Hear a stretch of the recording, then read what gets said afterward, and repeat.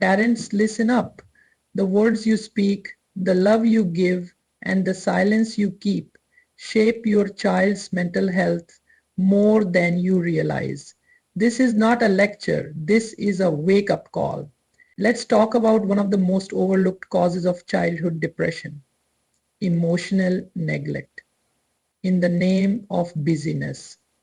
Parents, your child doesn't just want your money, food, or Wi-Fi. They want you, your time, your attention, your presence. We live in a world that praises hustle culture, but at what cost? You're grinding at work, scrolling on your phone, running errands, checking emails, but your child is in the next room feeling forgotten. Children are intuitive. They don't just feel love when you say, I love you. They feel it when you show up, when you play, talk, laugh, listen, sit still with them. When you're physically there but emotionally gone, they feel rejected, even if you never meant to reject them. That emotional absence leads to loneliness, and loneliness is a fast track to depression. You don't need to spend every hour with your child, but make the hours you do spend count. Turn off distractions. Look them in the eyes. Let them know you matter more than my to-do list. Because presence isn't about time, it's about priority. Because presence isn't about time, it's about priority. Because presence isn't about time, it's about priority. Because and when your child feels prioritized, they feel loved. High standards are great, but perfectionism is poison. Are you asking your child to strive or to survive? Because there is a massive difference. When every grade has to be perfect, every behavior has to be flawless, and every mistake is met with disappointment, your child begins to suffocate under your expectations. They live in constant fear of failing you.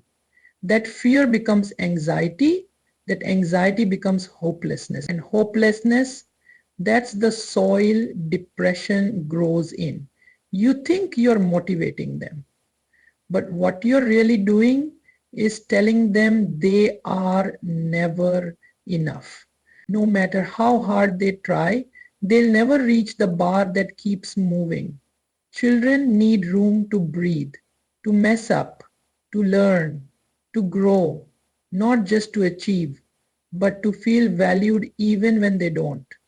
Celebrate progress, not just perfection. Teach them that effort is success. Because pressure without grace doesn't raise champions. It raises children who crack under the weight of invisible standards. Let your home be a place of growth, not judgment. Because love should never feel like a report card. Let me say it loud for the parents in the back. Comparison is a killer. It doesn't inspire greatness, it breeds shame. Why can't you be more like your cousin? Look at how your friend behaves and look at you. These may seem like harmless statements, but they're cutting your child deeper than you can imagine. Comparison makes children feel inadequate. It teaches them that their unique qualities are not enough, that someone else's success is their failure. Over time, they stop celebrating who they are and start hating who they are not. And that emotional conflict is a fast track ticket to depression. Children who feel less than constantly struggle with identity. They lose motivation, they fear trying new things, and they disconnect from their own potential. Every child is born with a different rhythm, a different pace, a different purpose. Your job is not to mold them into someone else. It's to magnify who they are. Celebrate their individuality. Recognize their journey. That is the point. I try to teach them that they are not in competition. They are in discovery. Because when you stop comparing your child, they stop comparing themselves. And that, my friends, is when true confidence begins. Do you give love freely or do you make your child earn it? This question might sting, but it's one of the most important to ask. Affection isn't a reward for good behavior. It's a necessity for mental survival. Yet some parents unknowingly use love as leverage. If you behave, I'll hug you. If you make me proud, then I'll praise you. This conditional affection sends a dangerous message. Love must be earned, not given. A child who grows up chasing approval instead of receiving acceptance begins to feel emotionally unsafe.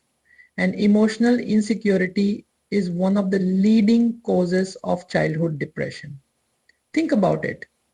How would you feel if every time you made a mistake, the people you loved the most pulled away from you? Children crave touch, praise, and affection. You don't have to be a perfect parent, you just have to be a present one. Because when you change the way you parent, you can change the course of your child's entire life.